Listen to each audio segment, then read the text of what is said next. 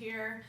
Just wanted to check in this week with you about something that has kind of seemed to come up for the past week or so. And I just really wanted to chat with you about it today. As this pandemic first hit, I know that a lot of my conversations with clients, and for sure my own response, my own reaction, was one that I kept coming to and kept thinking about our fight or flight response. So this is how our body reacts to threats and to stress. It's a stress response. And it's really, if you think about kind of how our evolutionary ancestors the threats that they would have to deal with. So I'm out hunting for food for my family. I'm out by myself. I've got my spear and I see a tiger ready to pounce. How do I respond? Well, my body prepares me to fight the tiger or to flee. A lot of you have probably heard of this, the fight, flight, or flee response. And in fact, I recorded another video about test anxiety where I talk about this extensively. So go there if you want to learn more about that. So that was a lot of what I was hearing from clients in the first kind of week or two, maybe three of this kind of pandemic that was going on, right? We're having a lot of anxiety, heart rate, my heart's been beating. I've been feeling like I want to get out of the house and like my muscles are tensed up, that sort of thing. But really the last week or so, I've been experiencing, and I've heard from other clients that we're experiencing something else.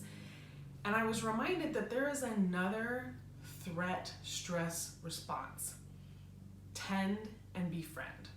So I just wanted to talk with you about that today. The idea here is that we're not always out hunting or needing to fight something when a threat comes up. So let's say that we're home in our village, thinking back to our evolutionary ancestors, right? We're home in our village, we're with our families, our babies, whatever, and there's a threat. What do? Well, we take care of the young ones, those who need protection, and befriend. We look for others who can help us, and we look for other resources. Tend and befriend. This is a great response. It's helpful. And I think what's interesting, what I've really been reflecting on, is it really is a better long-term response. So not only can you tend and befriend if a tiger shows up in your village, but you can also tend and befriend in response to a shortage of food, something that is going to continue for a long time. And really that is a better fit for what we're going through right now, right? We don't know how long this is going to last. It's already been weeks. It looks like it's going to be for some more weeks. So ways that I've already been doing this and seeing this. I've had some virtual happy hours with friends, more than I would, even if I wasn't, back before the pandemic, I wasn't hanging out with friends once a week or once a month. And I've definitely been doing more socializing since we've been at home. So virtual happy hours or dinner parties, more FaceTiming with my son's grandparents, letting him, make sure that he's hearing their voices and seeing their faces. We've been FaceTiming with his friends. I know my spouse did a virtual game night. So we've been reaching out, befriending, right? Tending to and befriending our friends and our family virtually. And a lot of you may have, if you aren't able to do that, may have felt that pull to do that. Or if reaching out virtually isn't enough, you may feel guilty or be feeling that loneliness and that pull, that desire to tend and befriend. So I think, there are ways where this comes out and it really helps us.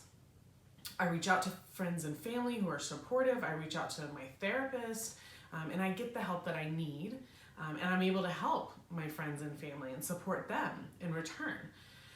There's other ways where this may come out in a somewhat toxic way. I'm feeling the urge to reach out to an ex. I'm feeling the urge or the need to reach out to somebody that I cut off from my life for a reason.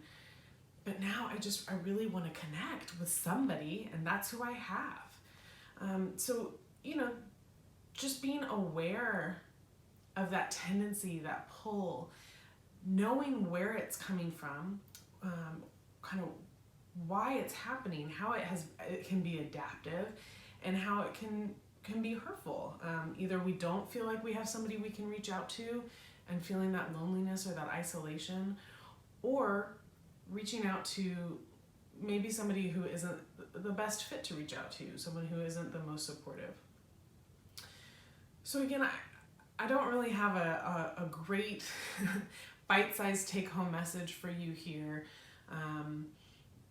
other than really to just kind of amusing. This is something that I've been thinking about, something that I've been noticing kind of coming up, and trying to increase my awareness of that, trying to find adaptive ways to include that as part of my coping and my stress response right now. So spending more time thinking about how I can spend that quality time with my son. I can pay attention to maybe his need to tend and befriend right now. Looking to provide that support to who is in my home right now, which is my spouse and my child. And then trying to give myself that as well. Looking for resources and people to befriend, to pull in, to pull close, tending to those that I love, friends, family, my son, my spouse, and also tending to myself, doing some self-care. For me, that's a lot of podcasts, reading some books that I really like. Brene Brown is kind of always a go-to for me. But focusing on self-compassion, sleep, moving my body, creative outlets, all of those things right now to tend to my own self-care so that I can survive and so that I can be that befriend resource for someone else. Because I can't do that if I'm not taking care of myself. So just some thoughts for today. I hope it brings you a new perspective or some help. And I look forward to coming back here to chat with you again.